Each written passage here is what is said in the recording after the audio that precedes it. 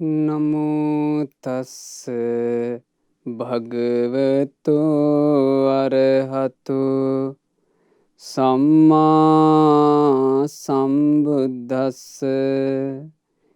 ඒ භාග්‍යවත් වූ අරහත් වූ මහා කාරුණික වූ සියලු සංසාර දුක් නැසීම පිණිස පවතින උතුම් ශ්‍රී සද්ධර්මය ලෝකානුකම්පාවෙන් යුතුවම දේශනා කොට වදාළ අපගේ ශාස්තෘන් වහන්සේ වන ගෞතම බුදුරජාණන් වහන්සේට නමස්කාර වේවා. සාදු සාදු සාදු.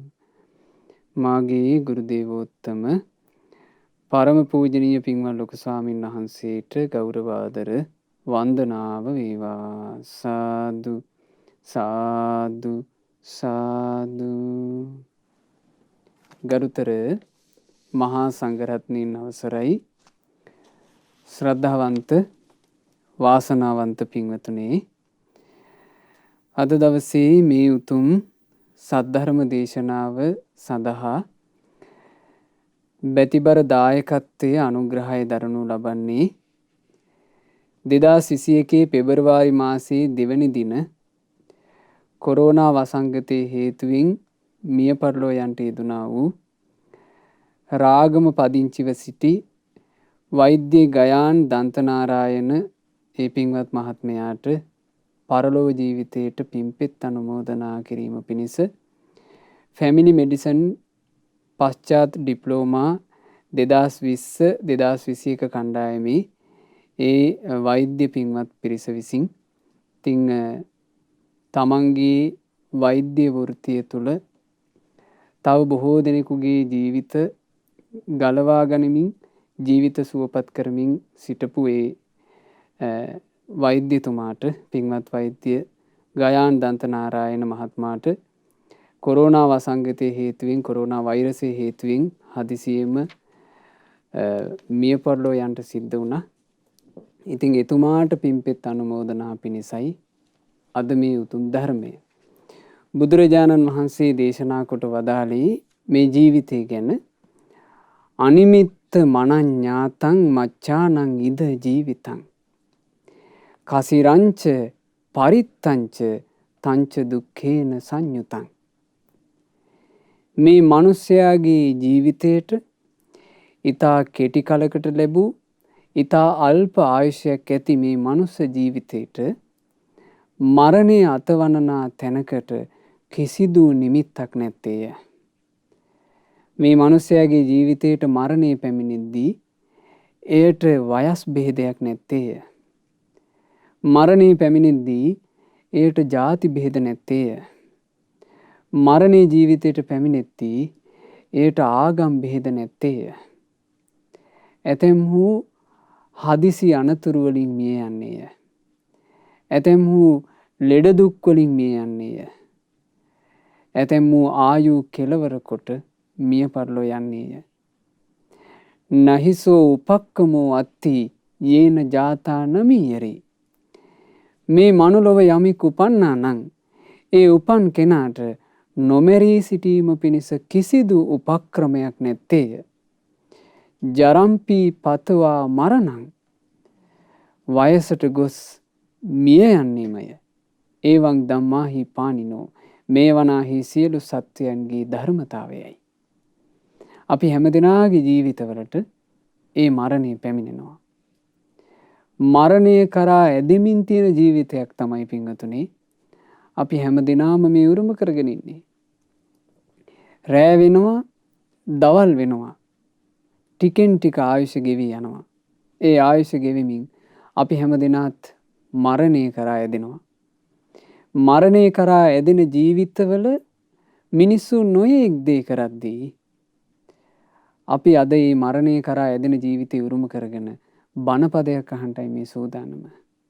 පින්වතුනි කොච්චර වාසනාවක්ද අපිට, කොච්චර ලාභයක්ද මරණය කරා ඇදෙන ජීවිත උරුම කරගත්ත මිනිස්සු මේ සවම්පත් වලින් නොයෙක් දේ අහද්දී අපිට මේ සවම්පත් වලින් කෙලෙස් නැසූ සැනසිලිදායක ජීවිත ගත කරපු මුනිවරු ගැන අහන්න ලැබෙනවා. ඒ අමා නිවන් දුටු රහතන් වහන්සේලා මේ ධර්ම දේශනා මාලාවේදී අපි ඉගෙන ගන්නේම කෙලෙස් නැසූ ඒ උතුම් මුනිවරු ගැනයි. මේ ගෞතම බුද්ධ ශාසනයේ පහළ වී වදාළ සැබෑම රහතන් වහන්සේලා ගැනයි. අදත් අපිට ඉගෙන ගන්නට ලැබෙනවා මේ දහම් කතාවේදී. අද මේ වෛද්‍ය ගයාන් දන්තනාරායන මහත්මයාට පින්පෙත් අනුමෝදනා පිණිස කෙරෙන මේ උතුම් දහම් කතාවේදී කෙලෙස් නැසූ සුවපත් ජීවිතයක් ගත කරපු රහතන් වහන්සේ නමක් ගැන අපි ඉගෙන ගන්නවා. ඒ තමයි ගෝතම මහරහතන් වහන්සේ. මේ ගෝතම මහරහතන් වහන්සේ කියලා කියන්නේ රජගහ නුවර බමුණු පවුලක උපන්න කෙනෙක්. අන්‍යාගමික වටපිටාවකයි මේ පින්වන්තයා උපන්නේ. මේ ගෝතම කියන තරුණයාගේ තාත්තා දැඩි මතධාරී බමුණෙක්. දැඩි මතධාරී කියලා කියන්නේ අර ආගම දරුණුවට අදහන බමුණෙක්. බ්‍රාහ්මණ ආගම දරුණුවට මේ බමුණ අදහමින් හිටපු කෙනෙක්. තමන්ගේ එකම පුත්‍රයා ගෝතම කියන පුත්‍රයා 7 හැවිරිදි වියේදී ඒ බමුණන්ගේ ක්‍රමයකට අනුව අර කරට පුන නූලක් දාලා බඹසරක සමාදන් කෙරෙව්වා. ඒ බඹසරේ සමාදන් කරනකොට පුතාගේ වයස අවුරුදු 7ක්. මේ අවුරුදු 7 ඊටාම ලදරු පුත්‍රයාව මේ බමුණන්ගේ ක්‍රමයට අනුව ඒ බඹසර කියලා කියන්නේ ඒ බමුණා මුළු ජීවිත කාලෙම ස්ත්‍රියක්ව ඇසුරු කරන්නේ. ස්ත්‍රීන්ගෙන් ඈත් වෙලා වාසය කරනවා. තනි පංගලමේ ස්ත්‍රීන්ගෙන් තොර ජීවිතයක් ඒ බමුණ ගත කරනවා. එහෙම එකකට තමන්ගේ පුත්‍රයාව සම්බන්ධ කළා මේ දැඩි මතධාරී තාත්තා පුතාට අවුරුදු 7ක් වෙද්දී. මේක ඉතින් පින්වතුනි ඒ කාලේ තිබුණ ක්‍රමයක්. මෙබඳු බමුණන්ට ඒ කියන්නේ පූර්ණ නූල දාලා ඒ බමුණා වෙන් කරාට පස්සේ හැමෝම මේ බමුණව අඳුරනවා. මෙයා මෙහෙම කෙනෙක් කියලා. ඒ කිව්වේ මෙයා ස්ත්‍රීගෙන් වෙන් වෙච්චි බඹසරක් රකින්න බමුණෙක්. ඒ බමුණට බමුණු සමාජය තුල අයිතිවාසිකමක් තියෙනවා කියනවා පිණ්ඩපාතිකයන්ට. ඒ පිණ්ඩපාතට කියන්නේ රුවන් භික්ෂා කියලා. රුවන් භික්ෂා කියලා කියන්නේ මේ මිනිස්සයා ගයක් ගන්න යනකොට ඒ බමුණාට අනිත් බමුණෝ සල්ලි දෙනවා. එතකොට මේ පිණ්ඩපාතයේදී ලැබෙන්නේ ධනය. ඒක බමුණන්ගේ ක්‍රමයක්. දැන් සම්බුද්ධ ශාසනයේ භික්ෂූන් පිණ්ඩපාතේ වඩින්නේ කුස පිරෙන්න ආහාරයක් සොයාගෙන. ඒතර මිනිස්සෙක් පාත්‍රයට දම්පැන් පූජා කරනකොට තමන්ට ප්‍රමාණවත් විදිහට දාණය අරගන්නවා. ඒතර මේ බමුණන්ගේ ක්‍රමයක් තමයි සල්ලි හිඟමනේ යෑම. ඒකට කියන්නේ මොකද්ද? රුවන් භික්ෂා. ඉතින් රුවන් භික්ෂාවේ මේ තරුණයා මේ ගෝතම කුමාරයා හැසිරෙනවා. මෙහෙම වාසය කරනකොට මෙයා තරුණ වයසට ආවා. දැන් අවුරුදු 16යි. අවුරුදු 16 වයසේදී දවසක් මේ රුවන් භික්ෂාවේ හැසිරෙද්දී වෛශ්‍යාවෝ ඉන්න වීදියක ගියා. ඒ වීදියේ වෙසගණන් ඉන්නවා. වෙසගණන් පුරුෂයන් අපේක්ෂාවෙන් ඒ තමන්ගේ නිවාසවල දොරටු ඉස්සරහට ඇවිල්ලා ලස්සන වස්ත්‍ර වලින් සැරසිලා ඉන්නේ. මේ වීදියේ අනේ මේ ගෝතම තරුණයා රුවන් භික්ෂා යනකොට අර වෛශ්‍යාවෝ දැකලා හිත කැළඹුණා. හිත කැළඹිලා රාගය හැටගත්තා. දැන් තමුන්ට තමුන්ගේ බඹසර අමතකයි. තමන් දන්න කියන අඳුනන බ්‍රාහ්මණ තරුණියොත් එක්ක ගිහින් ඇහුවා ඔය වෛශ්‍යාවන්ව ඇසුරු කරන්නේ කොහොමද? එතකොට ඒ තරුණියෝ අවකාශයක් හදලා දුන්නා. එක වෙසගණක් ඇසුරු කරන්න. ඒ වෙසගණ බොහෝම සුරූපී කෙනෙක්. හැබැයි එයාව එක රාත්‍රියකට ඇසුරු කරන්න කහවණු 1000ක් අය කරනවා. රුවන් භික්ෂාවේ හැසිරিলা මොහුට හොඳට සල්ලි හම්බ වෙලා තිබුණේ. ඒකින් කහවණු 1000ක්ම වියදම් කරලා ඒ ස්ත්‍රියවත් එක්ක එක රැයක් ගත කළා විතරයි හිතට මහා කලකිරීමක් එන්න පටන් ගත්තා. තමන් කරපු දේ ගැන බලවත් කලකිරීමක් එනවා. අයියෝ මිනිස්සු මට සල්ලි දුන්නේ මං බඹසරක් රකින්න නිසා. මම බඹසරක් රකින්නවානේ කියලා මිනිස්සු සතුටින් දීපු ධනයෙන් ඒ ධනෙම වියදම් කරලා මම බඹසර නසා ගත්තා මේක මට ගැළපෙන එකක් නෙවෙයි කියලා දැන් සුසුම් හෙලනවා. මේ සුසුම් හෙලමින් හූල්ලමින් ඉන්න වෙලාවේ අපගේ මහා කාරුණික ශාස්ත්‍රූන් වහන්සේ ලෝකයේ දිහා බලනවා මහා කරුණා නෙතින්. ඒක බුදුරජාන් වහන්සේලාගේ විශේෂ සමාපත්තියක් නේ පින්වතුනි. මහා කරුණා සමවත කියලා කියන්නේ සම්බුදුරජාණන් වහන්සේ රාග ద్వේෂ මෝහ වලින් ගිනිගන්නා මේ ලෝ සතුන් දිහා බලනවා. මේ ලෝ සතුන් අතරේ ඉන්නවාද සසරේ පුරුදු කරන ලද මේ පුණ්‍ය ප්‍රතිපදාවකින් කෙලෙස් තුනී වෙච්ච අය. සද්ධර්ම දේශනාව තුළින් මේ හිත තුළ කුසල් උපදවන්නට තරම් පුණ්‍ය වාසනාවක් සහිත අය ඉන්නවද කියලා බුදුරජාණන් වහන්සේලා බලනවා. එහෙම බලනකොට ඒකට කියනවා බුදු ඇස කියලා. බුදුරජාණන් වහන්සේට තියෙනවා පින්වතුනේ ඉන්ද්‍රිය පරෝ පරියත්ත ඥානය. ඒ ඉන්ද්‍රිය පරෝ පරියත්ත ඥානය කියලා කියන්නේ මේ සත්වයක් තුළ සද්ධා විරිය සති සමාධි ප්‍රඥා කියන ධර්මය අවබෝධ කරන්න උපකාර කරන ඉන්ද්‍රිය ධර්ම කොයි විදිහට පිහිටලා තියෙනවද කියන කාරණේ බුදුරජාන් වහන්සේට මනාකොට දකින්න පුළුවන්. ඊළඟට බුදුරජාන් වහන්සේට තියෙනවා ආසයානුසේ ඥානය. ආසයානුසේ ඥානයෙන් කරන්නේ මේ සත්‍යයේ තියෙන ක්ලේශ දුර්වලතා. මේ කෙලෙස් නිසා මොහුගේ මේ දුර්වලතාවය තියෙනවා. මේ කෙලෙස් නිසා මොහුගේ මේ දුර්වලතාවය තියෙනවා කියලා දකින්න පුළුවන්. බුදුරජාන් වහන්සේට ආසයානුසේ ඥානය. ඔය ඥාන දෙකෙන්ම ශාස්ත්‍රඥ වහන්සේ බලනකොට මේ ජීවිතේ ලස්සනට පේනවා පින්වතුනි. ඒකට කියනවා බුදු නුවණ. හරියට වෛද්‍යවරු ළඟට ගියාම බෙහෙතක් කරගන්න ඒ වෛද්‍යවරු මේ ලෙඩාව ස්කෑන් කරනවානේ. මේ ලෙඩාගේ ශරීරේ වෛද්‍යවරු අර මේ යන්ත්‍ර උපකරණ වලින් ස්කෑන් කරලා බලනවා ශරීර අභ්‍යන්තරේ. ඒ අභ්‍යන්තරේ බලනකොට ඒ යන්ත්‍රයෙන් ඒ යන්ත්‍රයට ගානට අහු වෙනව නේද මේ ඇතුළ. මේ ශරීර අභ්‍යන්තරේ ලස්සනට පේනවා ඒ යන්ත්‍රයට.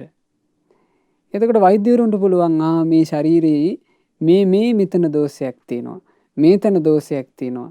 මේතන සාමාන්‍ය ශරීරයකට වඩා අසාමාන්‍යයි. එහෙම අඳුන ගන්න පුළුවන්. අපගේ ශාස්ත්‍රූන් වහන්සේට තිබුණ බුදු නුවණත් ඒ වගේ. ඒ බුදු නුවණින් බැලුවේ මේ සත්වයාගේ අදක්ෂකම් සහ කුසලතා. ඒ දෙකම බලලා පින් තියෙන කෙනා හොයාගෙන බුදුරජාන් වහන්සේ වැඩම කළා. ඉතින් මේ ගෞතම කියලා කියන්නේ පින් තිබුණ කෙනෙක්. ඒ පින ඔහු රැස් කරගත්තේ මීට කල්ප 91කට පෙර විපස්සී අරහත් සම්මා සම්බුදුරජාණන් වහන්සේ ලෝකේ වැඩ ඉන්න කාලේ විපස්සී බුදුරජාණන් වහන්සේ දැක හිත පැහැදී ඵලවැල පිදූ පිනයි. අග්ගේකෝ පන පසන්නානං අග්ගෝ විපාකෝ හෝති. අග්‍ර වූ බුදුරජාණන් වහන්සේ ගැන හිත පැහැදුනේ නම් එයින් සැලසෙන විපාකයේද අග්‍ර එකක් වන්නේමය. ඔන්න දැන් අග්‍ර වූ විපාකේ කරා යන්න පාර හැදෙනවා. බුදුරජාණන් වහන්සේ වැඩම කළා ගෞතම තරුණයාව හොයාගෙන. දැක්ක ගමන් බුදුරජාණන් වහන්සේ කෙරෙහි හිත පහදිනවා. ඇයි කල්ප 91කට පෙර බුදුරජුන් ගැන හිත පහදවාගෙන පළවැල පිදූ පින තියෙනවනේ. ඒ නිසා සම්බුදුරජාණන් වහන්සේගේ දැක්ම දුටු පමණින්ම ඔහුට මහා ප්‍රසාදයක් ඇති කළා. බුදුරජාණන් වහන්සේ දා සද්ධර්මයේ දේශනා කළා. ධර්මය ඇහුවට පස්සේ ප්‍රඥාව මුහුකුරා ගියා. බණ අහලා ඉවරලා ඉල්ලීමක් කරනවා අනේ ස්වාමීනි භාග්‍යතුන් වහන්සේ මටත් මේ සම්බුද්ධ ශාසනේ බුදුරජාණන් වහන්සේ සමීපයේ පැවිද්ද ලැබේවා උපසම්පදාව ලැබේවා කියලා ඉල්ලුවා. බුදුරජාණන් වහන්සේ ඒ ගෞතම තරුණයාව පැවිදි කරවනවා. භික්ෂූන් විසින් පැවිද්ද පිණිස කෙස් බාන කොට ඒ ඥානෙ කොච්චර මුහු කරා ගිහින් තිබුණද කියලා කියන්නේ. භික්ෂූන් විසින් පැවිද්ද පිණිස ඔහුගේ කෙස් බානකොට කෙස් බාලා අවසන් වෙන්න කලින් සියලු කෙලෙස් නැසලා රහතන් වහන්සේ නම බවට පත් වුණා. ගෞතම මහරහතන් වහන්සේ. මේ ගෞතම මහරහතන් වහන්සේ පස්සේ කාලයක උන්වහන්සේට මුණ ගැහෙනවා පරණ මිත්‍රයෙක්. ඒ කිව්වේ බමුණෙක්. මේ බමුණු මිත්‍රයා දැනගෙන හිටියා මේ තෙරුන් වහන්සේ දැන් ඔහු මේ බමුණු සමාජය තුල දැක්ක විදිහට නෙවෙයි දැන් මේ තෙරුන් වහන්සේව දකින්නේ. පූර්ණ නූලක් දාලා තිබ්බා. දැන් මේ පූර්ණ නූල නැහැ. ඒ පූර්ණ නූල වෙනුවට දැන් සිවුරක් පොරවගෙන ඉන්නවා. එතකොට මේ බමුණ අහනවා ඔබව හත්හැවරදි වේදී නේද තාත්තා බමුණන්ගේ බඹසරේ සමාදන් කෙරෙව්වේ? ඔබ රුවන් භික්ෂා කර නේද හිටියේ? ඔබේ ඒ රුවන් භික්ෂාවට මොකද වුනේ කියලා ඇහුවා. ඒ බමුණ ඔහොම අහනකොට ඒ අපගේ ගෞතම මහරහතන් වහන්සේ බමුණාගේ ප්‍රශ්නයට පිළිතුරක් විදිහට මේ ගාථාව දාලා සුඛං සුපන්ති මුනයෝ යේති සුන බජ්ජරේ සදා වේරක්කි තබ්බාසු යාසු සච්චං සුදුල්ලභං. මුනිවරු කියලා කියන්නේ සනීපෙට නින්ද යන පිරිසක්. මුනිවරුන්ගේ සිත් තුළ ස්ත්‍රීන් පිළිබඳ බැඳීමක් නැහැ. ඒ නිසාමයි සනීපෙට නින්ද යන්නේ. ඇත්තෙන්ම හැම තිස්සෙම ආරක්ෂා කරගත යුතු මේ කාන්තාව තුළ නම් ඇත්ත කීම හරි දුර්ලභයි. ඒ ගාථා කවුද වදාළේ? ගෞතම මහරහතන් වහන්සේ. මොකද ගෞතම මහරහතන් වහන්සේ බලහත්කාරයකින් බඹසරක සමාදන් කරලා හිටියනේ තාත්තා. මේක බමුණන්ගේ බඹසර. ඒ බඹසර අවුරුදු 16 දී අර වෙසඟන දැක්ක ගමන් සිඳිලා ගියා. වෙසඟන දැක්කාට පස්සේ අවුරුදු 16 තරුණයා එච්චර දවසක් හොඳට සනීපෙට නිදාගත්තා. මෙන්න වෙසඟන දැකලා වෙසඟනට හිත ගිය දවසේ රැ නිදි මතක් එන්නේ. ඒ වෙසඟනවම මැවි පේනවා. ඇයත් එක්ක නොයෙක් සරාගී ක්‍රියාවල යෙදෙනවා පේනවා. හිතට කිසිම සැනසෙල්ලක් නැහැ. රාගය විසින් අර හිතේ තියෙන සැනසෙල්ල අහිමි කරලා. එතකොට ඒ වේදනාවත් මේ ගෞතම මහරහතන් වහන්සේ දන්නෝනේ. දැන් ගෞතම මහරහතන් වහන්සේ තුල තියෙන්නේ ඒ සත්වයාව පීඩාවට පත් කරන රාගය කියන ක්ලේශය නැති සිතක්. හරියට වින්වතුනේ ශරීරයේ කටුවක් ඇනුනට පස්සේ ඒ ඇනිච්චි කටුව නිසා ශරීර අභ්‍යන්තරයෙන් ඇදුම් දෙනවා. කටුව තියෙන තාක් ඇදුම් දෙනවා. හැබැයි ඒ කටුව සම්පූර්ණයෙන්ම ගලවා දැමූ කල්හි ඒ වේදනා කිසිවක් නැත්තේය. ඒ වගේ රාගයේ සහිත කෙනාට රාගයේ මුල් කරගෙන හටගන්න සියලු පීඩා එනවා. ද්වේෂයේ සහිත කෙනාට ද්වේෂයේ මුල් කරගෙන හටගන්න සියලු පීඩා එනවා. මෝහය කියන දේ තියෙන කෙනාට මෝහ කට්ට සහිත කෙනාට මෝහයෙන් හටගන්නා සියලු පීඩා එනවා. හැබැයි රාග ද්වේෂ මෝහ කියන ඒ කටු උදුරා දැමූ ඒ කෙලෙස් නැසූ මුනිවරුන්ගේ ජීවිතවල ඒ ප්‍රශ්න මොකුත් නැහැ. ඒ ප්‍රශ්න නැති උත්තමයෝ නිකලෙස් සිතින් සැනසෙල්ලේ නිදා ගන්නවා කියනවා. ඇත්තෙන්ම මේ කෙලෙස් සහගත සත්වයාට වෙන දේවල් වලින් සැනසෙල්ලක් තබා පින්වතුනි අඩු ගානේ මේ කෙලෙස් හින්දා සනීපෙට නිදියන්නවත් නැහනේ. සනීපෙට රැයක් නිදා ගන්නවත් නැහැ කෙලෙස් නිසා. ඒක අපි අපේ ජීවිතවල පෞද්ගලිකව කොච්චර දන්නවදනේ? රාගයෙන් පීඩා විඳින්න නින්දන්නේ, කේන්තිය නිසා නින්දක් නැහැ, ඉරිසියාව නිසා නින්දක් නැහැ. නොයෙක් මේ වැඩ කටයුතු වලදී ඇතිවෙන හිතේ බය නිසා ඒ බය හේතු කරගෙන නින්දක් නැහැ. මේ ආදී නොයෙක් දේවල් නිසා අපේ සැනසෙල්ල අහිමි වෙනවා. එතකොට සැනසෙල්ල අහිමි කරන්නේ මොකක්ද කියලා මොකක් හේතු කරගෙනද කියලා නුවණින් හිතා ගන්න තරම්වත් අපිට දක්ෂකමක් නැහැ. හැබැයි හොඳට කල්පනා කරලා බලුවොත් තේරෙනවා අපේ සැනසෙල්ල අහිමි වෙන්නේ කෙලෙස් හින්දා. කෙලෙස් හින්දා තමයි අපේ සැනසෙල්ල අහිමි වෙන්නේ. ඒ සැනසෙල්ල අහිමි කරන ක්ලේශේ නැත්තම් අපේ ළඟත් සැනසෙල්ල තියෙනවා. ඒක හරි ලස්සනට තේරෙනවා බුදුරජාණන් වහන්සේගේ ජීවිතේ භාග්‍යතුන් වහන්සේටම එක සිදුවීමක් සිද්ධ වුණා. බුදුරජාණන් වහන්සේ කියලා කියන්නේ සියලු කෙලෙස් නැසූ පරමෝත්තම ශාස්ත්‍රඥ වහන්සේ. ඒ කෙලෙස් නසනා ධර්මය අවබෝධ කරපු ශාස්ත්‍රඥ වහන්සේ. ඒ කෙලෙස් නසනා ආකාරය මනාකොට ලෝකයට දේශනා කරපු ශාස්ත්‍රඥ වහන්සේ.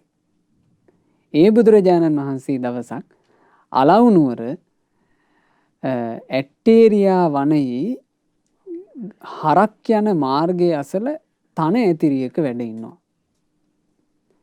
අලව් රට කියන මේ ඒ අලව් ප්‍රදේශයේ ඇට්ටේරියා වනාන්තරයක් තිබිලා තියෙනවා. මේ අලව්නුවර කියලා කියන්නේ ඔබ අහලා ඇති අර ආලවක යක්ෂයා වාසය කරපු භූමියනේ. ඒ අලව්නුවර ඇට්ටේරියා වනාන්තරයේ මේ පාර අයිනේ, ඒ කියන්නේ පාරත් හරක් යන්න තියෙන පාරයක්. ඒ කියන්නේ ගැල් ගමන් කරන පාරක්. එතන මේ තන ඇතිරියක බුදුරජාන් වහන්සේ වැඩ ඉන්නවා. මේ පාන්දර ජාමේ. ඉතින් එදා උදෑසනින්ම හත්තක ආලවක කියන කුමාරයා ව්‍යායාම පිණිස ඇවිදිනවා. ඒතර ඒ කාලෙත් තිබිලා තියෙනවා ඒකනේ. ව්‍යායාම පිණිස ශරීර සුවතාවයේ පිණිස ඇවිදින එක. ඉතින් හත්තක ආලවක කියලා කියන්නේ බොහෝම ධනවත් කුමාරයෙක්.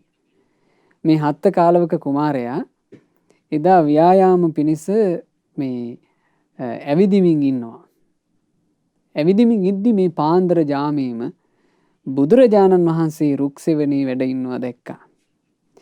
දැකලා භාග්‍යතුන් වහන්සේ ළඟට පැමිණිච්ච මේ කුමාරයා, මෙයා තරුණ වයසේ මේ වෙද්දි මේ කුමාරයා අහනවා, කච්චි බන්තේ භගවා සුකම සහිතතාති. ස්වාමීනි භාග්‍යතුන් වහන්සේ, ඔබ වහන්සේ සුවසේ සැතපුණුසේක්ද? ඒවං කුමාර, එසේ කුමාරයනිනි, සුකම සහිතං. තථාගතයන් වහන්සේ සුවසේ සැතපුණා. යේචපන ලෝකේ සුකං සෙන්ති අහං තේසං අඤ්ඤතරෝ.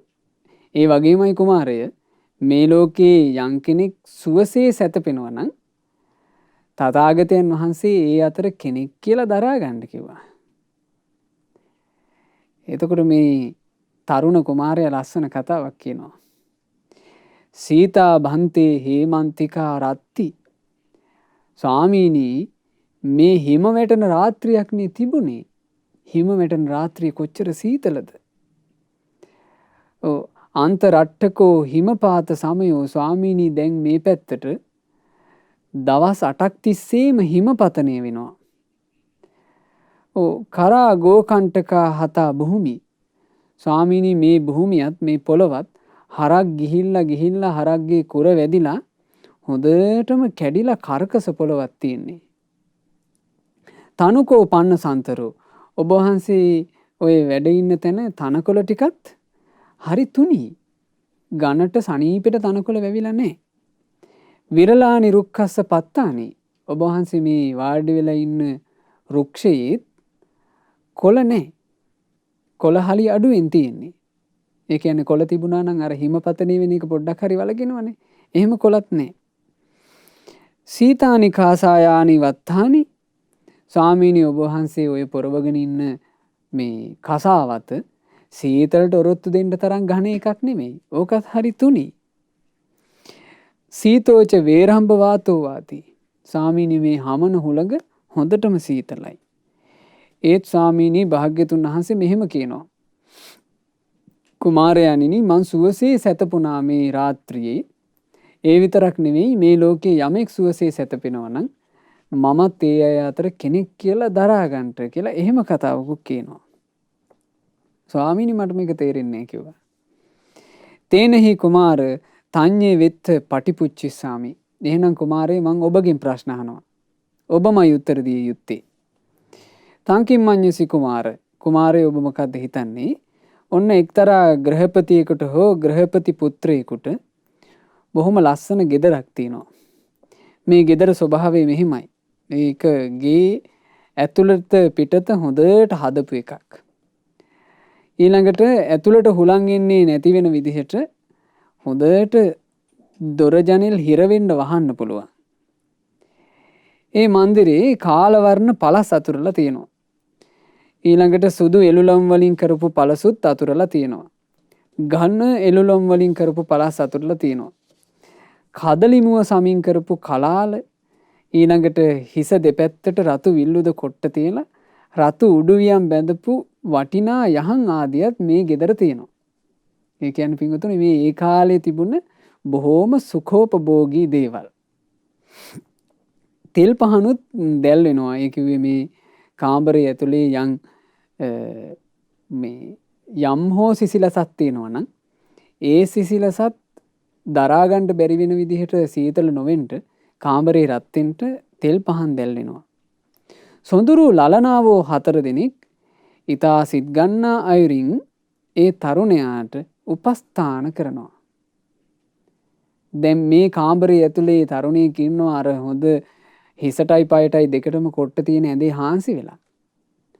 සොඳුරු ලලනාවෝ 4 දෙනෙක් ඇවිල්ලා මේ තරුණයාට හිතේ හැටියට අප උපස්ථාන කරනවා.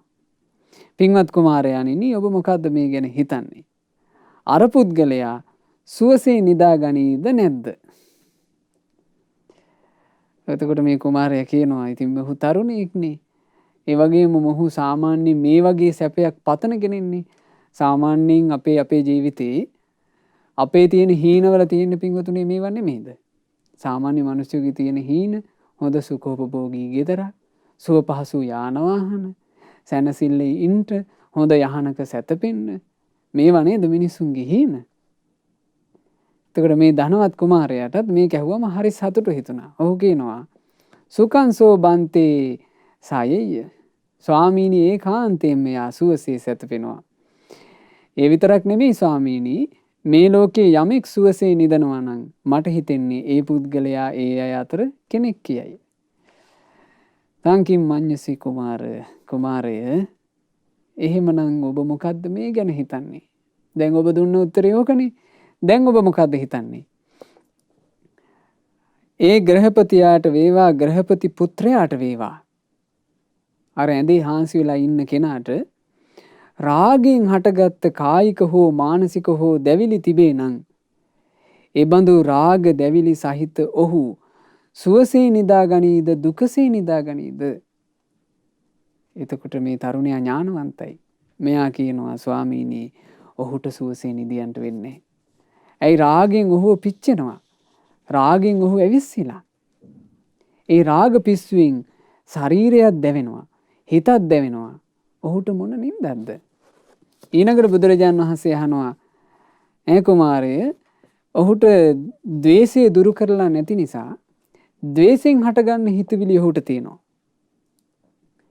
ඔහුට හදිස්සියේ තරහ ගියොත් එහෙම ඒ තරහ ගිහිල්ලා ඉන්න වෙලාවේ කොච්චර හොඳට ඇඳ තිබ්බත්, කොච්චර හොඳට කාමරේ තිබ්බත්, කොච්චර ලස්සන ගෑනු ළමයි ටිකක් කොච්චර හොඳට අප උපස්ථාන කරත් අර තරහින් පුපුර ඉන්න මිනිස්සයා සනීපෙට නිදියයිද කියලා ඇහුවා. කිව්වා ස්වාමීනි නෑ කිව්වා. ඕන්න එහෙම නැත්තම් මොකක් හෝ කාරණාවක් හේතු කරගෙන මිනිහා බය වෙලා. බය කියලා කියන්නේ මෝහයට. මිනිහා බය වෙලා, මුලා වෙලා. මේ බය වෙච්ච කෙනා කොච්චර සුව පහසු ඇඳක හිටියත්, එයාගේ කාමරේ කොයිතරම් සුඛෝපභෝගී වුණත්, එයාගේ අපෝපස්ථානයේට කොච්චර සොඳුරු ලලනාවෝ හිටියත් එයාට සනීපෙට නිින්ද යයිද කියලා ඇහුවා. කිව්වා ස්වාමීනි වෙන්නේ. බුදුරජාන් වහන්සේ දේශනා කළා අන්න කුමාරය යම් කෙනෙකුගේ නින්දේ සැපේ අහිමි කරවන යම් රාගයක් ඇද්ද, යම් දේශයක් ඇද්ද, යම් මෝහයක් ඇද්ද, තථාගත බුදුරජාණන් වහන්සේ ඒ සියලු රාගයෝ නසන ලද්දේමය. ඒ නැසීම ගැන බුදුරජාන් වහන්සේ වදාළේ මෙහෙම. තථාගතස්ස සෝ රාගෝ පහිනෝ. තථාගතයන් වහන්සේට ඒ රාගේ ප්‍රහාණය වෙලා තියෙන්නේ. සෝ දෝසෝ පහිනෝ. ඒ ද්වේෂයත් ප්‍රහීන වෙලා තියෙන්නේ. සෝ මෝහෝ පහිනෝ. ඒ මෝහයත් ප්‍රහීන වෙලා තියෙන්නේ. තාලා වත්තු කතෝ. තල්ගහේ කරටිය කැඩුවා වගේ වෙලා තියෙන්නේ. උච්චින්න මූලෝ. මුල් සම්පූර්ණයෙන්ම උදුරලා දාලා තියෙන්නේ. අනභව කතෝ. යලි ඒ රාගය සම්බුදුරජාන් වහන්සේ තුල හටගන්නේ. ආයතින් අනුපාද ධම්මෝ යලි කිසි දවසකවත් ඒ රාග ද්වේෂ මෝහ කියන අභ්‍යන්තර සතුරු මේ සත්වයාගේ ජීවිතේට යම් සතුරෙක් ඉන්නවා නම් යම් අමිත්‍රයෙක් ඉන්නවා නම් බුදුරජාණන් වහන්සේ සතුර අමිත්‍රයා කිව්වේ පින්වතුනි කෙලෙස් වලට. ඇයි හේතුව?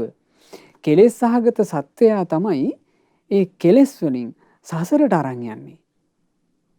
අපිව කාටවත් බෑ බාහිරින් අපිට හානියක් කරලා අපිව නිරේ යවන්න. අපිව පෙරේත ලෝකේ තිරිසන් ලෝකේ යවන්න බෑ බාහිරින් හානි කරලා. ඊළඟට වැළඳෙන වසංගත ලෙඩකට බෑ අපිව නිරේ අරන් යන්න. අපිට වෙන හදිසි අනතුරකට බෑ අපිව නිරේ අරන් යන්න. හැබැයි රාගයට පුළුවන්. ද්වේෂයට පුළුවන්. මෝහයට පුළුවන්.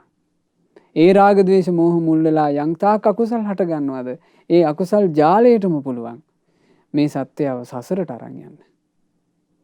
ඒ නිසා බුදුරජාණන් වහන්සේ දවසක් කොසල් රජුරුව භාග්‍යතුන් වහන්සේ ළඟට ඇවිල්ලා අහනවා ස්වාමීනි මේ සත්‍යයේ ජීවිතයේ ඇතුලේ මේ සත්‍යයට සතුරෝ විදිහට යමක් තියෙනවා නම් ඒ මොනවාද කියලා ඇහුවා. බුදුරජාණන් වහන්සේ වදාලා මහරජේ වෙන මොකුත් නෙමෙයි. රාගය සතුරා රාගය අමිත්‍රයා. ද්වේෂය සතුරා ද්වේෂය අමිත්‍රයා. මෝහය සතුරා මෝහය අමිත්‍රයා. ඒ තමයි කිව්වා සතුරෝ ඒ තමයි කිව්වා අමිත්‍රයෝ අයසාව මලං සමුට්ඨිතං තදුට්ඨාය තතේව කාදන්ති. යකඩේ හටගන්නා වූ මලකඩ විසින්ම ඒ යකඩේ මත පිහිටා යකඩේම කාදමා විනාශ කරන්නේය. එලෙසින්ම මේ රාග ද්වේෂ මෝහ යන ක්ලේශයෝ මේ සත්වයාගේ ජීවිත ඇතුලේ හටගෙන ඒ සත්වයාමම මනසා දමන්නේය කියලා බුදුරජාණන් වහන්සේ දේශනා කළේ. ඉතින් යම් කෙනෙකුගේ ජීවිතය ඇතුලේ පිංගතුනේ ඒ අමිත්‍රයෝ ඒ සතුරෝ නැත්තම් ඒ ජීවිතේ කොච්චර සැපද? එබඳු සැපවත් ජීවිතයක් ගත කරපු එබඳු සැපවත් ජීවිතයක් උපදවගත්ත ශාස්ත්‍රුන් වහන්සේ තමයි අපි බුද්ධං සරණං ගච්ඡාමි කියලා සරණ ගියේ. ඒ ශාස්ත්‍රුන් වහන්සේ විසින් යම් ධර්මයක් දේශනා කළාද ඒ ධර්මයේ තමයි අපි ධම්මං සරණං ගච්ඡාමි කියලා සරණ ගියේ. ඒ ධර්මයේ හැසිරලා රාග ද්වේෂ මෝහ දුරු කරගෙන සැනසෙල්ලටපත් වෙච්ච රහතන් වහන්සේලා ප්‍රමුඛ සංගරුවනයි අපි සංඝං සරණං ගච්ඡාමි කියලා සරණ ගියේ.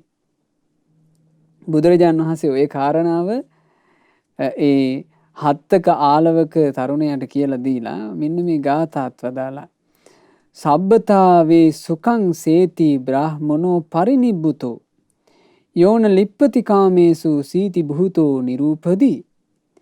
යමෙකුගේ හිත කාමේ නොයලේ නම් නිවි සිහිල් වී ගිය සිත් ඇත්තේ නම් කෙලෙස් රහිත වූයේ නම් කෙලෙස් සියල්ලම පිරිනිවී ගියේ නම් ඒ අරහත් බ්‍රාහ්මණයා ඒකාන්තයෙන්ම හැම කල්හි සුවසේ සැතපෙන්නේය. රහතන් වහන්සේලාගේ මේ ජීවිතයේ තිබුණ සුවයම මදිත පිංගතුනේ අපිට හිත පහදව ගන්න. උන්වහන්සේලාගේ ජීවිතයේ තිබුණ සුවයම මදිද හිත පහදව ගන්න.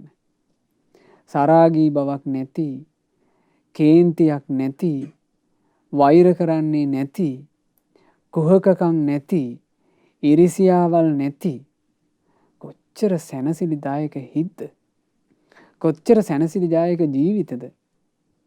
මේ කෙලෙස් සහිත අපි දන්නවනේ කෙලෙස් හින්දා අපි කොච්චර පෞද්ගලිකව විඳවනවද කියලා. ඒ විඳවලින් මුකුත් ඒ උත්තමයන්ගේ ජීවිතවල නැහනේ. ආන් එහෙම හිත සතුටු කරගන්න ඕන. සබ්බා ආසත්තියෝ චිත්වා විනේය හදයේ දරං උපසන්තෝ සුඛං සේති සන්තිං පප්පුය්‍ය චේතසෝ.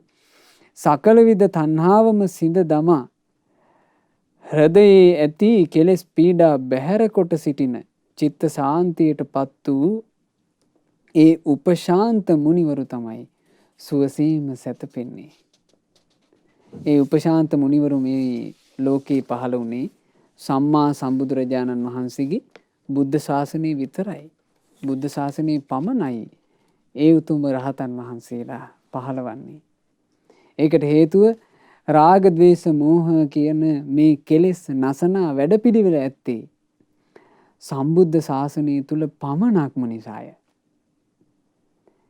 මේ මේන් පරිබාහිර කිසිම ශාසනයක නැත්තේය. ඒ ආර්ය අෂ්ටාංගික මාර්ගය කියලා කියන්නේ මේ ලෝකයේ තියෙන රාග ద్వේෂ මෝහ නසනා වැඩපිළිවෙලයි. එක දවසක් අපගේ ආනන්ද ස්වාමීන් වහන්සේ වැඩම කරනවා පිණ්ඩපාතේ පිණිස. ඒ පිණ්ඩපාතේ වැඩම කරලා ආනන්ද ස්වාමීන් වහන්සේ මේ පිණ්ඩපාතේ කරගෙන ආපහු වඩිනකොට ආනන්ද ස්වාමීන් වහන්සේට පේනවා පාරේ ජානුස්සෝනී කියලා බමුණෙක් ගමනක් යනවා. ඒ ජානුස්සෝනි බමුණා ඒ ගමන ගියේ ටිකක් විශේෂ විදිහට සැරසිලා. ඒ බමුණා හිසේ බැඳගෙන හිටියා සුදු ජටාවක්. ඊනට ඇඳගෙන හිටියා සුදු පාට රෙද්දක්. උඩට පොරවගෙන හිටපු උතුරු සළුවත් සුදු පාටයි. ඔහුගේ අශ්ව කරත්තය සම්පූර්ණයෙන්ම පාට කරලා තිබුණේ සුදු පාටින්. ඒ අශ්ව කරත්තේ හෙවන වෙන්න කුඩයක් මේ ඔසවලා තිබුණා. ඒ කුඩෙත් සුදු පාට කුඩයක්. ඒ කරත්තේ බැඳලා හිටියා අශ්වයෙක් ඌත් සුදු පාටයි. ඒ අශ්වයාට අවශ්‍ය වෙලාවට පහර ගහන්න යම් කෙවිතක් තියනවාද? කෙවිතත් සුදු පාටයි. එතකොට සුදට සුදී මේ බ්‍රාහ්මණයා පාරේ ගියා. එතකොට කඩවල වල ඉන්න මිනිස්සු ඒ කඩවල වලින් එළියට ඇවිල්ලා අර බමුණා දිහා බලලා කියනවා අර බලාපල්ලකෝ හරියට බ්‍රහ්ම ලෝකේ වාහනයක් වගේ. බ්‍රහ්ම ලෝකේ වාහනයක් යනවා වගේ සුදු පාටට යන හැටි කියලා මිනිස්සු කතා වුණා. ඉතින් ආනන්ද ස්වාමීන් වහන්සේට ඕක ඇහුණා. ඇහිලා බුදුරජාන් වහන්සේ ළඟට සවස් කාලේ ආපු වෙලාවක භාග්‍යතුන් වහන්සේට කියනවා ස්වාමීනි භාග්‍යතුන් වහන්සේ අද මෙහෙම සිද්ධියක් වුණා. බ්‍රහ්මයානාවය බ්‍රහ්මයානාවය කියලා මිනිස්සු කතා කළා. ස්වාමීනි මේ සම්බුද්ධ ශාසනයේ බ්‍රහ්මයානාවක් තියෙනවද? එතකොට භාග්‍යතුන් වහන්සේ වදාලා ආනන්දය මේ සම්බුද්ධ ශාසනෙත් බ්‍රහ්මයානාවක් තියෙනවා. කුමක්ද බ්‍රහ්මයානාව? ඒ මේ ආර්ය අෂ්ටාංගික මාර්ගයයි. සම්මා දිට්ඨි, සම්මා සංකල්ප, සම්මා වාචා, සම්මා කම්මන්ත, සම්මා ආජීව, සම්මා වායාම, සම්මා සති, සම්මා සමාධි යන සීල සමාධි ප්‍රඥාවේ යුතු මේ ආර්ය අෂ්ටාංගික මාර්ගයේ වනාහි මේ සම්බුද්ධ ශාසනයේ පරම පිරිසිදු භාවයේ පිණිස පවතින වැඩපිළිවෙල නිසා එය බ්‍රහ්මයානයයි. මේ සම්බුද්ධ ශාසනයේ උතුම් දහම් වැඩපිළිවෙල මේ ආර්ය අෂ්ටාංගික මාර්ගයම නිසා එය ධර්මයානයයි. මේ ආර්ය අෂ්ටාංගික මාර්ගයේ ගමන් කොට සේනා සහිත මාරයා පෙරදිවියේ හැකි නිසා අනුත්තර සංගාම විජයෝ ඉතිපි. මේ ආර්ය අෂ්ටාංගික මාර්ගයේ වනාහි උතුම් වූ සංග්‍රාමයේ ජයග්‍රහණයයි. බුදුරජාන් වහන්සේ දේශනා කළා ආනන්දය මේ සම්බුද්ධ ශාසනය මේ සම්බුද්ධ ශාසනයේ ආර්ය අෂ්ටාංගික මාර්ගය කියලා කියන්නේ රාගය නැසීමෙන් කෙලවර වෙන මාවතයි. රාග විනයාය පරියෝසානා හොಂತಿ. මේ ආර්ය අෂ්ටාංගික මාර්ගයේ ගමන් කළොත් රාගයේ දුරු වීමෙන් ඒ අවසන් වෙන්නේ. දෝෂ විනයාය පරියෝසානා හොಂತಿ. ද්වේෂය දුරු වෙලා තමයි ඒ වැඩපිළිවෙල අවසන් වෙන්නේ. මෝහ විනයාය පරියෝසානා හොಂತಿ. මෝහය දුරු වෙලා තමයි ඒ වැඩපිළිවෙල අවසන් වෙන්නේ. බලන්න පින්වතුනි කොච්චර සුන්දරයිද මෙය. මේ සම්බුදුරජාන් වහන්සේගේ ධර්මයේ කොච්චර සුන්දරයිද. මේ ධර්මයේ තුල කොච්චර පැහැදිලි අවසානයක් තියෙනවද. පුරුදු කරලා යන්න සාර්ථක වැඩපිළිවෙලක්. ඒ වැඩපිළිවෙලේ ගිහිලා සාක්ෂාත් කරන්න සාර්ථක ඵලයක් මේ සම්බුද්ධ ශාසනයේ තියෙනවා. මෙය තමයි හැබෑම විද්‍යාව. මෙයයි හැබෑම විද්‍යාව. බුදුරජාන් වහන්සේගේ උතුම් ශ්‍රී සද්ධර්මය. ඒ විද්‍යාව තුලින් තමන්ගේ ජීවිත සැපයට පත් කරගත්ත අරහත්ත්වයේ කියන උතුම් ඵලය සාක්ෂාත් කරපු විමුක්තියේ සුවවින්ද උත්තමයෝ තමයි මේ ලෝකේ සනීපෙට නිදා ගන්නා පිරිස. ඇයි සනීපයට නිදියන්නේ? කෙලෙස් නැති නිසා. ඒ මුනිවරුන්ගේ සිත් ඇතුලේ ස්ත්‍රීන් පිළිබඳ බැඳීමක් නැහැ. ඒ හින්දා තමයි සනීපයට නිින්ද යන්නේ. සාමාන්‍ය පුරුෂයාගේ චිත්ත සංතානය තුළ හැමතිස්සෙම බලවත්ව බැඳෙන බන්ධනය තමයි ස්ත්‍රිය කෙරෙහි හටගන්නා බන්ධනය. පුරුෂයන්ගේ හිත් බැඳී යන රූප අතරේ ස්ත්‍රී රූපයේ තරම් බලවත් වෙන රූපයක් නැහැ කියනවා. පුරුෂයාගේ හිත බැඳී යන හඬ අතරේ ස්ත්‍රියගේ හඬ තරම් බරපතල එකක් තව නැහැ කියනවා. පුරුෂයාගේ හිත බැඳී යන මේ ගඳ සුවඳ අතරේ ස්ත්‍රී ගන්ධයට වඩා වැඩි එකක් නැහැ කියනවා. හාත්පස බඳිනවා. පුරුෂයාගේ හිත බැඳෙන රසයන් අතරේ පුරුෂයාගේ හිත හාත්පසින්ම බඳින්නේ ස්ත්‍රී රසයයි. පුරුෂයෙකුගේ හිත හාත්පසින්ම ඇද බැඳ ගන්නා පහස වනාහි ස්ත්‍රියගේ පහසයි. එතකොට කෙනෙකුගේ හිත ස්ත්‍රියාවකට බැඳී ගියොත් එහෙම ඒ ස්ත්‍රියාවට බැඳිච්ච කෙනාට සුවසේ නිදා ගැනීමේ අවකාශ පවා අහිමි වෙලා යනවා.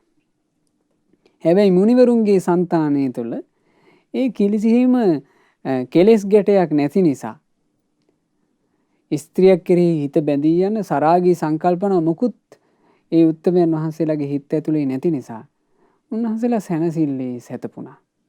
ඉතින් මේ සම්බුද්ධ ශාසනයේ මුනිවරියුනුත් බිහි වුණානේ. කෙලෙස් නැසූ අරහත් උත්තමාවියන්. ඒ උත්තමාවියනුත් කෙලෙස් සම්බාධක සියල්ල නැසූ නිසා සැනසille සැතපුණා. හරි ආශ්චර්යයි රහතන් වහන්සේලාගේ ජීවිත. ඒ රහතන් වහන්සේ මේ කෙලෙස් නැති බව දකින විදිහ ආනන්ද මහරහතන් වහන්සේ අවස්ථාවක වදාරනවා. ආනන්ද මහරහතන් වහන්සේ එක පැහැදිලි කරන්න දේශනා කළ උපමාවක් මේ වගේ. එක්තරා පුරුෂයෙක් ඉන්නවා කියනවා. ඒ පුරුෂයාගේ අත් දෙකයි කකුල් දෙකයි දෙකම කපලා දාලා. ඒ අත් දෙකයි කකුල් දෙකයි දෙකම කපලා දාපු පුරුෂයා අත් කකුල් දෙක නැතුව ඉන්නකොට හැමතිස්සෙම මුමුණ හැමතිස්සෙම හූල් ඉන්නේ කියනවා. අනේ මගේ අත් නැත්තේ, අනේ මගේ කකුල් නැත්තේ කියලා.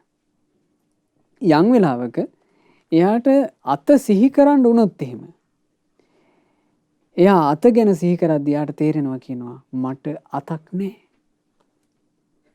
එයා වම් අත සිහි කරන්න හැදුවොත් එයා දන්නවා මට වම් අත නැහැ. ඒ අත කපලා. එයා දකුණු අත සිහි කරන්න ගත්තොත් එයා දන්නවා මට දකුණු අත නැහැ. ඒක කපලා දාලා. ආය අමුතුවෙන් කාත් එක්කවත් වාද කරන්න දෙයක් නැහැ. ඔහුම දන්නවා ඔහු ළඟ ඒ ක්ලේශය නැත්තේය. රහතන් වහන්සේලා තමන් වහන්සේලාගේ හිත් ගැන දැනගත්තේ ආන්නේ විදිහට. මා තුළ මේ කෙලෙස් කිසිවක් නැත්තේය කියලා. කොයිතරම් ආශ්චර්යවත්ද රහතන් වහන්සේලාගේ ජීවිතනේ. මේ රහතන් වහන්සේ තව වදාරනවා ඇත්තෙන්ම හැමතිස්සෙම ආරක්ෂා කරගත යුතු මේ කාන්තාව තුළ නම් ඇත්ත කීම හරීම දුර්ලභයි. මේ කාන්තාවගේ ස්වභාවය තමයි කියනවා හැමතිස්සෙම ආරක්ෂා කරගත යුතු බව. ඉතින් මේ ගැන ගොඩාක් ජාතක ධර්ම බුදුරජාණන් වහන්සේ දේශනා කළානේ. ඉතින් අපිට දැන් කාල වේලා නැහැ මේ ජාතක කතාව අපිට කියලා දෙන්න. මේ චුල්ලපදුම ජාතකයේ ආදී ජාතක කතාවල හරියට ප්‍රකට වෙනවා. ස්ත්‍රීන්ගේ මේ ඇතැම් ලාමක ස්ත්‍රීන්ගේ තිබුණ ඒ පහත් ගති. ඉතින් ඒවා බුදුරජාණන් වහන්සේ භික්ෂූන්ගේ දමනය පිණිසම දැන් චුල්ලපදුම ජාතකයේ දේශනා කොට වදාළේ භික්ෂුවකගේ හිත ස්ත්‍රියකට බැඳිලා සිවුරු අරින්න ලැහැත් වුණා. ඒ වෙලාවේ බුදුරජාණන් වහන්සේ ධර්මයේ දේශනා කළා ඒ භික්ෂුව බේරගත්තා. ඊළඟට අපගේ ගෞතම මහරහතන් වහන්සේ තව ගාථාවක් වදාලා වදං චරිම්හති කාමා අනනාදානිතේ මයං ගච්ඡම දානි නිබ්බානං යත් ගන්්වාන සෝචති. ඒ කාමාශාව අපි ඔබ වනස අවසానයි. දැන් අපි ඔබට ණය ගැති නෑ. යම් තැනකට ගිහින් ශෝක නැතිව ඉන්න පුළුවන් නම් ආන්ගේ උතුම් නිවන කරා තමයි අපි යන්නේ. යම් තැනකට ගිහින් ශෝක නොකර ඉන්න පුළුවන් නම් ඒ යම් තැනකට ගිහින් ශෝක නොකර ඉඳිය හැකි එකම තැන කුමක්ද? නිවනයි. කාම ආසාව පස්සේ පන්නන මනුස්සයාට, කාම ආසාව පසුපස හඹා යන සත්වයාට ඉතුරු වෙන්නේ ශෝකයමයි. ශෝකයම විතරයි. කාම ආසාව පස්සේ එල්ලි එල්ලි යමෙක් යනවාද? ඒ යන කෙනාට අවසානයේ ඉතුරු වෙන්නේ ශෝකය. මොකද කාමය කියලා කියන්නේ බන්ධනය. බන්ධනයක් යම් තැනක තියනවාද? බන්ධනය තියන තැන දුක්ඛමයි තියෙන්නේ. ඒක අවස්ථාවක බුදුරජාණන් වහන්සේ ඔක හරි ලස්සනට වදාළනේ. ඒක වදාරන්නට හේතුනේ විසාකා. විසාකා මහෝපාසිකාවගේ නිවසේ හිටපු මිනිපිරි මල. මිනිපිරි මිය ගියාට පස්සේ විසාකා මේ අවසාන කටයුතු කරලා බුදුරජාණන් වහන්සේ බැහැ දකින්න එනවා. ඒ බැහැ දකින්න ආවට පස්සේ බුදුරජාණන් වහන්සේ විසාකාවට ධර්මයක් දේශනා කළා. ඒ ධර්මයේ තියෙනවා මෙහෙම. විසාකා, ඔබ ඔබේ හිතින් 100කට බැඳී ගියොත් ඔබට විසාකා දුක් 100ක් තියෙනවා කිව්වා. මේවා මගේ, මේවා මට අයිති, මේ දේවල් තමයි මට සතුට උපද්දන්නේ, මේ අය මගේ. ආන් එහෙම බැඳිලා ගියොත් එහෙම 100කට ඔබට දුක් 100ක් තියෙනවා කිව්වා. ඇයි දුක් 100ක් තියෙන්නේ? ඒ බැඳී යන හැම දෙයක්ම අහිමි වීම ස්වභාව කොටගෙන තියෙනවා. ඒ අහිමි වීම ස්වභාව කොටගත්ත දේ ශෝකේ උපද්දලා අපිට අහිමිලා යන්නේ. අනේ නිසා බැඳුණු 100ක් තිබෙන තැන දුක් 100ක් ඇත. බැඳී ගිය 50ක් තිබෙන තැන දුක් 50ක් ඇත. බැඳී ගිය 10ක් තිබෙන තැන දුක් 10ක් ඇත. යමකට බැඳී ගියේ නම් එතන දුකක් ඇත. හැබැයි බැඳී ගිය කිසිවක් කෙනෙකුට නැත්තේ නම් ඔවුන් හට දුක් කිසිවක් නැත්තේය. ඒයි කාම ආසාව අපි ඔබ වනසා අවසానයි. රහතන් වහන්සේලා වදාරනවා ඒ බන්ධන සහිත කාම ආසාව වනසලා ඉවරයි. දැන් අපි ඔබට ණය ගැති නෑ. ඇයි මේ කාම ආසාවට මිනිස්සු ණය වෙලා ඉන්නේ? හැමතිස්සෙම සන්තෝෂ කරන්න එපායි ණය. කොච්චර කෑවත් මදි. අහවල් කෑම જાතිය රහයි කාලා බලාපන් කියනවා කාම ආසාව. එතකොට මේ දිව සතුටු කරන්න කන්න ඕන. අලුතෙන් චිත්‍රපටියක් ඇවිල්ලා අනිවාර්යෙන් බලාපන් කියනවා කාම ආසාව. එතකොට මේ ඇස් ගෙඩි දෙකට ගිහිල්ලා පෙන්වන්න ඕන මේක. ඒතකන් තෘප්තිමත් වෙන්නේ. කාමයට ණය වෙලා. මේ සමාජයේ මිනිස්සු ගත කරන්නේම කාමයට ණය වෙලා නෙවෙයිද? කාමයේ සන්තරපණය කර කර කාමයේ ණය පුරව මැරෙනකන් ගත කරනවා. ඒ නිසා පින්වතුනි එහෙම සසර ගමනක් මේ තියෙන්නේ. එහෙම සසර ගමනක තමයි අපි බුදුබණ පදයක් අහලා මේ සංසාර දුකින් නිදහස් වෙච්චි නිවනක් තියනවාලු. ඒ නිවන අනේ අපිට සාක්ෂාත් කරගන්න ඇත්නම් කියලා මේ ආසාවෙන් දහම් පදයක් අහන්නේ. ඒ නිසා මේ නිවන පිණිස පවතින ධර්ම දානයයි අද ධර්ම දානයට දායක වෙන පින්වතුන්ලා මේ ලෝකයටම ලබා දෙන්නේ. ඒ නිසා මේ ධර්මය අපට දේශනා කොට වදාළේ යම් තැනකට ගිහින් ශෝක නොකර ඉන්න පුළුවන් නම් ආන් එතනට වැඩම කරපු උතුම් රහතන් වහන්සේලා. ඒ අපගේ ගෝතම මහරහතන් වහන්සේ. මේ ධර්මයෙන් අපට අවවාද අනුශාසනා කළ ගෝතම නම් වූ සැබෑම රහත් මුනිදුන්ට අපගේ নমස්කාරය වේවා. සාදු සාදු සාදු.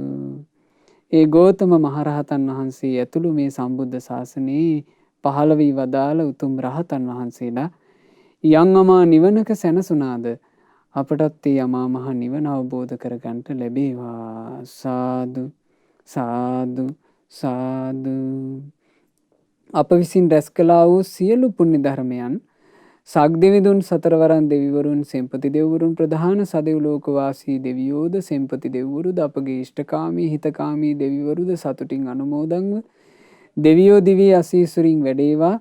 ඒ සියලු දෙවියන්ගේ ආශිර්වාදයත් රැකවරණයත් උපකාරයත් දෙවියෝ අපට සලසත්වා දෙවියෝද සංසාර දුකින් අත මිදෙත්වා. සාදු සාදු සාදු. අපගේ ගුරු දේවෝත්තම කල්යාණ මිත්‍ර පරම පූජනීය පින්වත් ලොකු ස්වාමීන් වහන්සේට මේ සියලු පින් අනුමෝදන්ව පින්වත් ලොකු ස්වාමීන් වහන්සේ නිදුක් වෙත්වා, නිරෝගී වෙත්වා, දීර්ඝායුෂ ලබත්වා. මේ ගෞතම බුදු සසුන තුළම උතුම් වූ චතුරාර්ය සත්‍ය ධර්මය පරිපූර්ණ වශයෙන් අවබෝධ කරගන්නට වාසනාව ලැබෙත්වා. සාදු සාදු සාදු. රැස් කරගන්නට යෙදුනා වූ සියලුම පුණ්‍ය ධර්මයන් මේ කාලයේ මේ ලංකා භූමිය පුරාම පැතිරෙන කොරෝනා වෛරසය හේතුවෙන් රෝගාතුරව සිටින ඒ රෝගීන් බොහෝ දෙනෙකුගේ ජීවිත සුවපත් කරන්නට බොහෝ කැපවීමක් කරමින් ඉඳලා 2021 පෙබරවාරි මාසයේ දෙවැනි දින කොරෝනා වෛරසය හේතුවෙන්ම තමන්ගේ ජීවිතයෙන් සමුගත් රාගම ප්‍රදේශයේ පදිංචිව සිටි පින්වත් වෛද්‍ය ගයාන් දන්තනාරායන මහත්මයාට මේ සියලු පුණ්‍ය ධර්මයෝ අනුමෝදන් වෙත්වා, අනුමෝදන් වෙත්වා, අනුමෝදන් වෙත්වා. එතුමාගේ පරලොව ජීවිතේ ඒකාන්ත වශයෙන් සුඛී සුවපත් භාවයටම පත්වෙත්වා. ඒ වගේම රැස් කළා වූ සියලු පුණ්‍ය ධර්මයෝ අද දායකත්වයේ දරන සුපින්වත් හැම දෙනාගේ නමින් මේගේ ඥාතීන්ටත් අනුමෝදන්ව ඒ හැම දෙනාගේ පරලොව ජීවිතත් සැපෙන් සැපයටම පත්වෙත්වා. සාදු සාදු සාදු.